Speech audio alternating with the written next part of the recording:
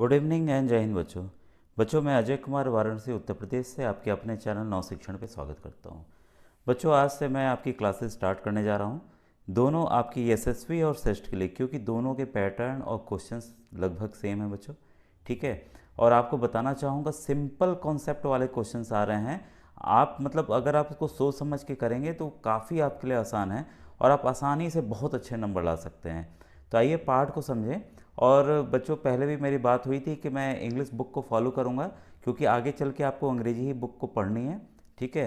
पहला चैप्टर है बच्चों क्रॉप प्रोडक्शन एंड मैनेजमेंट। तो ये बच्चों एनसीईआरटी की बुक है, क्लास 8th की, जो मैं आपको अभी पढ़ा रहा हूँ। ओके।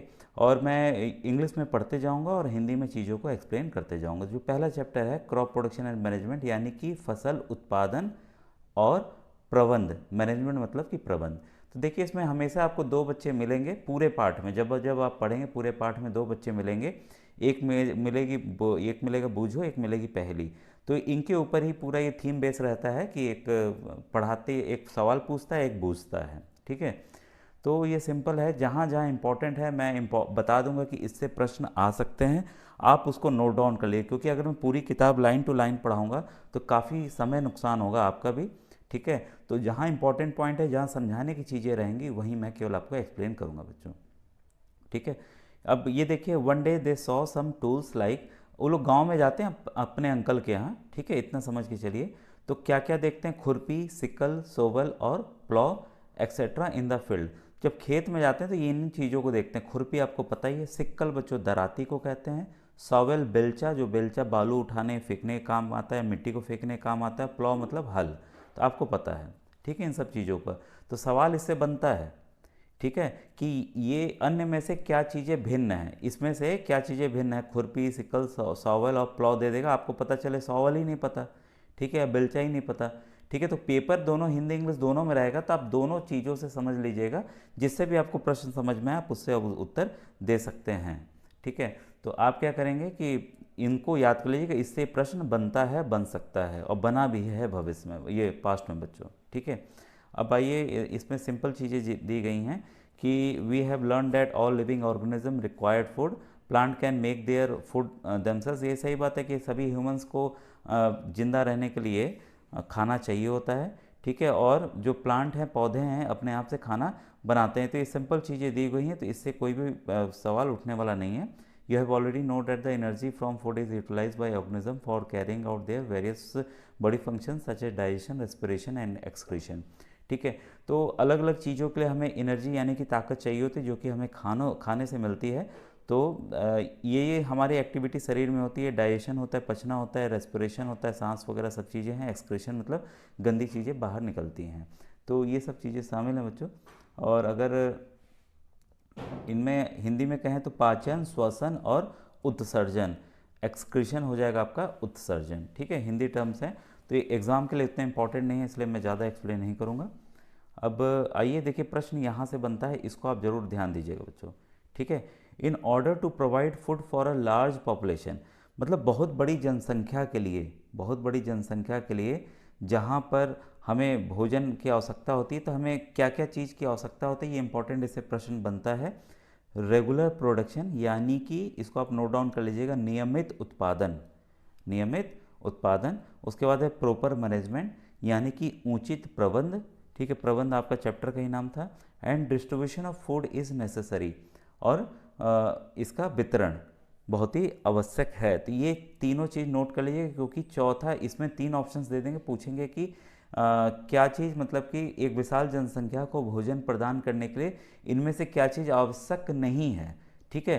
तो नहीं है में आप जो ऑप्शन चौथा होगा आप खोज लीजिएगा आराम से, अगर आपको ये तीन ऑप्शंस पता होंगे। तो जहाँ जहाँ मैंने क्यों लिखा है बच्चों, तो ऑलरेडी मैंने इसको बनाया हुआ है ताकि आपका समय कम नुकसान हो।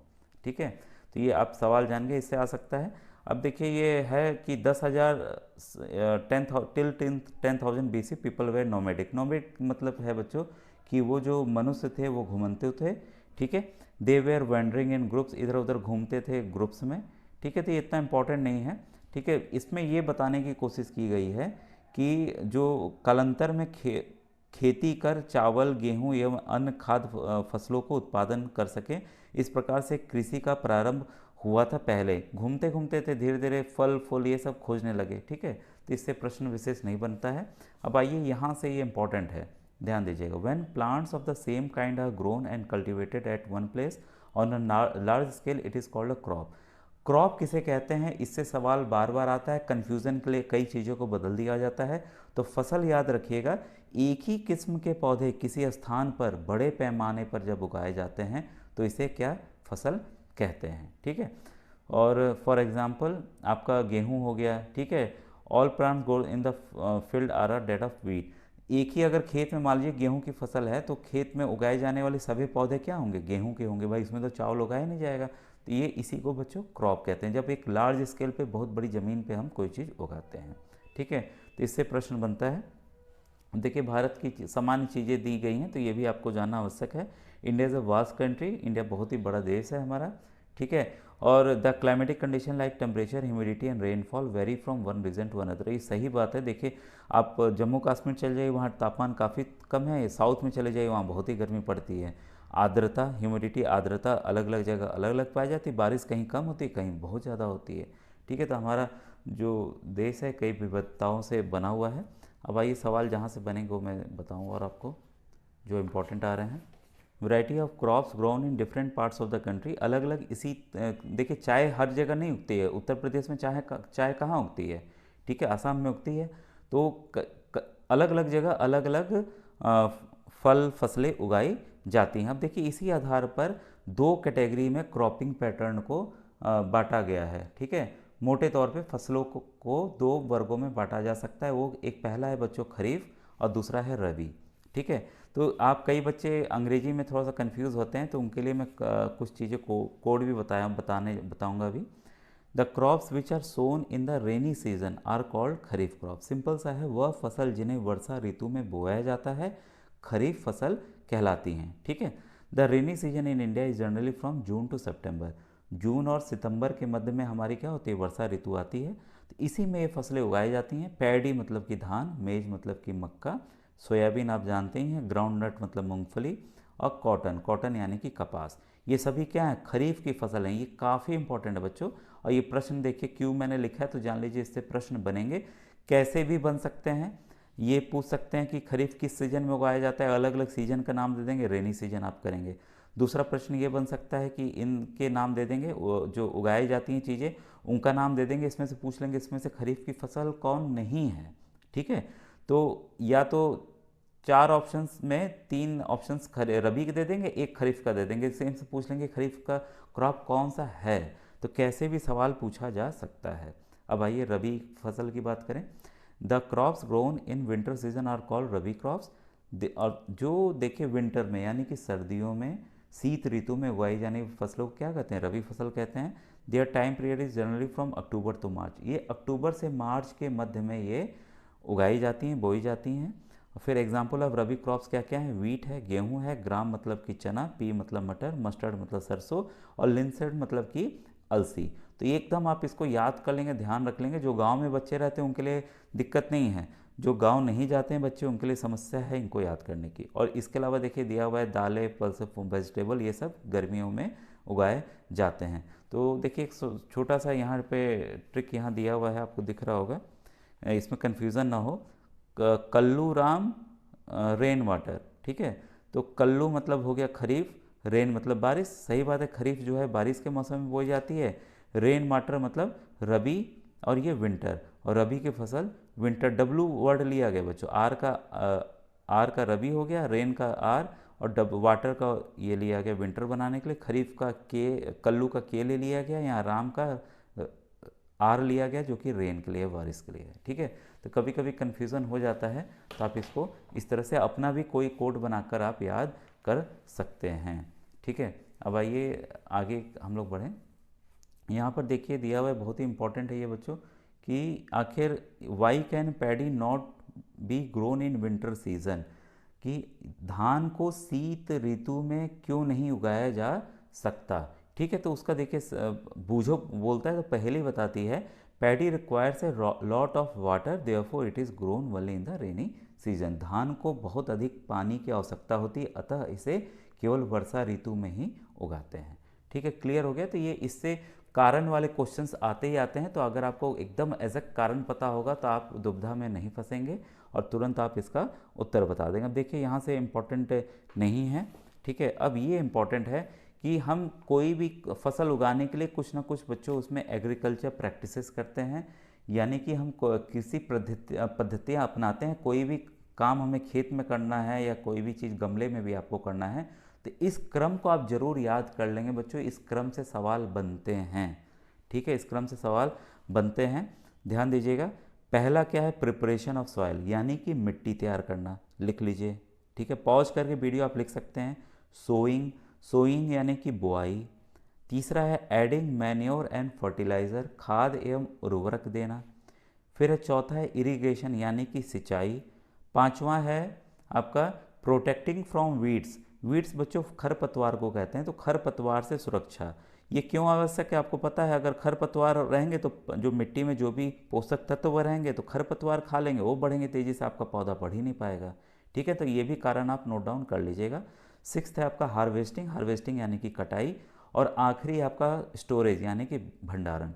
ये आपको इसलिए क्रम याद करना जरूरी है बच्चों, ये प्रश्न आए हैं, जब मैं आपको दिखाऊंगा तो आपको पता चलेगा। समय के साथ मैं दिखाऊंगा, अचानक से आप बोलेंगे सर दिखाइए पेपर, तो उसका महत्व फिर बच्चों कम हो जाएगा, आप फिर पढ़ेंगे नहीं उस हिसाब से।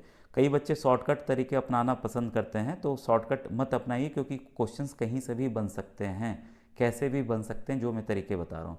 ये क्या करेंगे एग्ज़ाम में, 4 दे देंगे, ठीक है, और इसको मिक्सअप कर देंगे, ऊपर नीचे कर देंगे, इरिगेशन ऊपर, सोइंग नीचे, इस तरह से, ठीक है। तो आपको अगर क्रम याद रहेगा तो आप इजीली कर लेंगे। हिंदी में भी आप लिख सकते हैं, मिट्टी तैयार करना, बुआई, खाद एवं उर्वरक देना, सिंचाई, उसके बाद खरपतवार से सुरक्षा, फिर कटाई, फिर भंडारण, ठीक है। इसका मैंने एक छोटा सा कोड यहाँ बनाया हुआ है। पहेली साई पेन है संतोष, सॉरी, पहेली साई पर है संतोष।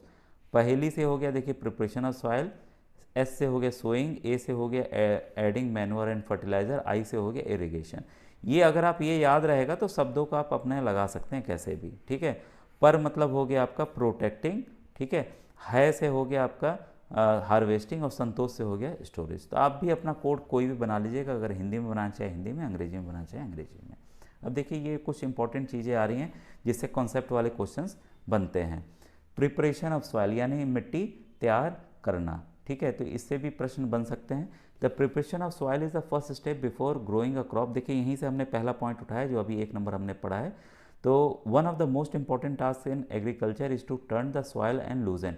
सबसे ज़रूरी काम होता है मिट्टी को जो नीचे वाली मिट्टी को ऊपर लाना। इससे फ़ायदा क्या है, ये क्वेश्चन बन सकता है कि मिट्टी को क्यों लूज करना चाहिए, या क्यों उसको खुरपाना, खुरपी से क्यों उसको मिट्टी को पलटना क्यों आवश्यक है, ठीक है, अवश्य क्यों महत्वपूर्ण है। तो ये पहला है, this allows the root to penetrate deep into the soil. जो जड़ें हैं इस वजह से मिट्टी की गहराइयों में चली जाती हैं, क्योंकि जड़ें नहीं जाएंगी तो पोषक तत्व को कैसे अवशोषित करेंगी, पानी को कैसे अवशोषित करेंगी, ठीक है, ये समझ में आ गया पहला कारण। दूसरा है the loose soil allows the root to breathe easily even when they are go deep into the soil. अगर जड़ें अंदर खूब गहरे में चले जाएं तो जड़ें भी बच्चों सांस लेती हैं, ध्यान दीजिएगा, उनको भी ऑक्सीजन की आवश्यकता होती है, ठीक है। तो अगर लूज नहीं रहेगा तो जड़ें जो हैं अच्छे से काम नहीं करेंगी, ठीक है। Why does the loosening of soil allows the root to breathe easily. अब ये सवाल खुद ही पूछ रहा है कि पोली मिट्टी किस प्रकार पौधों को जड़ों को सरलता से श्वसन करने में सहायक होती हैं। तब देखिए इसको खुद यहाँ एक्सप्लेन भी कर रहा है। The loosened soil helps in the growth of earthworm and microbes present in the soil. जो पोली मिट्टी होती है, मिट्टी में रहने वाले केंचुओं और सूक्ष्म जीवों को वृद्धि करने में सहायता करती है। This organism are friends of the farmer since they are further turn and loosen the soil and add the humus to it, ठीक है। इससे क्या है कि यह जीव किसानों के मित्र हैं। आपको पता ही है कि कई बार सवाल भी आता है कि किसानों का मित्र कौन है, तो केंचुआ है, कई बार आया है, ठीक है। तो और पलट कर पोला करते हैं और तथा ह्यूमस बनाते हैं। ह्यूमस आपको पता है जब सड़े गले पत्तियां से ह्यूमस बनता है, परंतु मिट्टी को पलटने और पोला करने की आवश्यकता क्यों है, तो इसका भी देखिए काफ़ी इंपॉर्टेंट पॉइंट है, इसको आप ध्यान दीजिएगा। You have learned in the previous classes that soil contains minerals, water, air and some living organisms. आपने पिछली कक्षाओं में पढ़ा है, ठीक है, कि मिट्टी में खनिज, जल, वायु तथा कुछ सजीव होते हैं, ठीक है। In addition dead plants and animals get decompose by soil organism. In this way various nutrient held in the dead organism are released back into the soil. This nutrient are again absorbed by the plants. ये काफ़ी important point है बच्चों, इससे प्रश्न बनेंगे ही बनेंगे। ठीक है। इसके पीछे बच्चों ये कारण है कि इसके अतिरिक्त मित्र पौधे, जो मृत पौधे और जंतु होते हैं, वो मिट्टी में पाए जाने वाले जीवों द्वारा अपघटित होते हैं। अपघटित मतलब डीकम्पोज, गला दिए जाते हैं। ठीक है। इस प्रक्रम में मृत जीवों में पाए जाने वाले पोषक मिट्टी में निर्युक्त होते हैं। यह पोषक पौधों द्वारा अवशोषित किए जाते हैं, तभी तो पौधे बढ़ेंगे हमारे, फिर हमें खाने के लिए अच्छी अच्छी चीज़ें देंगे। ठीक है। Since only a few centimetre of top soil supports plant growth, केवल कुछ ही ऊपरी जो परत होती है मिट्टी की, कुछ ही सेंटीमीटर की जो होती है, वो पौधे के वृद्धि में सहायक होती है। ठीक है। Turning and loosening of soil brings the nutrient rich soil to the top. पलटने से क्या होता है कि न्यूट्रिएंट जो है वो ऊपर को आ जाता है और प्लांट उसको, जो पौधा है उसको इस्तेमाल अच्छे से कर लेता है। ठीक है। तो ये इंपॉर्टेंट था बच्चों। अब आइए इसको थोड़ा सा बता दूं। The process of loosening and turning of the soil is called tilling. याद रखिएगा, टिलिंग या प्लॉइंग कहते हैं। ये इंपॉर्टेंट पॉइंट है। कई बार आता है कि जुताई क्या होती है, तो मिट्टी को उलटने पलटने एवं पोला करने की प्रक्रिया जो है वो जुताई कहलाती है। इसे हल चला इस पर हल जो हम चला सकते हैं। ठीक है। Ploughs are made of wood and iron.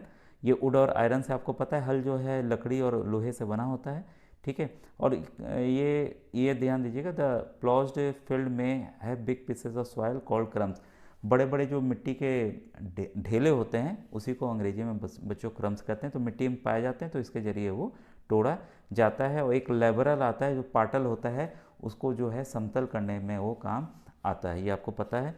अब देखिए, जो एग्रीकल्चरल इम्प्लीमेंट्स हैं और इससे चित्र से भी सवाल आते हैं, तो इसको मैं बच्चों नेक्स्ट वीडियो में एक्सप्लेन करूंगा। आज का वीडियो कैसा लगा आप ज़रूर बताइएगा कमेंट सेक्शन में। अगर आपको इस तरह के और वीडियोस चाहिए तो बताइएगा बच्चों, तो मैं आगे के टॉपिक को भी अच्छे से आपको एक्सप्लेन कर दूंगा, क्योंकि सवाल बच्चों इसी से बन के आने हैं। ठीक है। Thank you very much.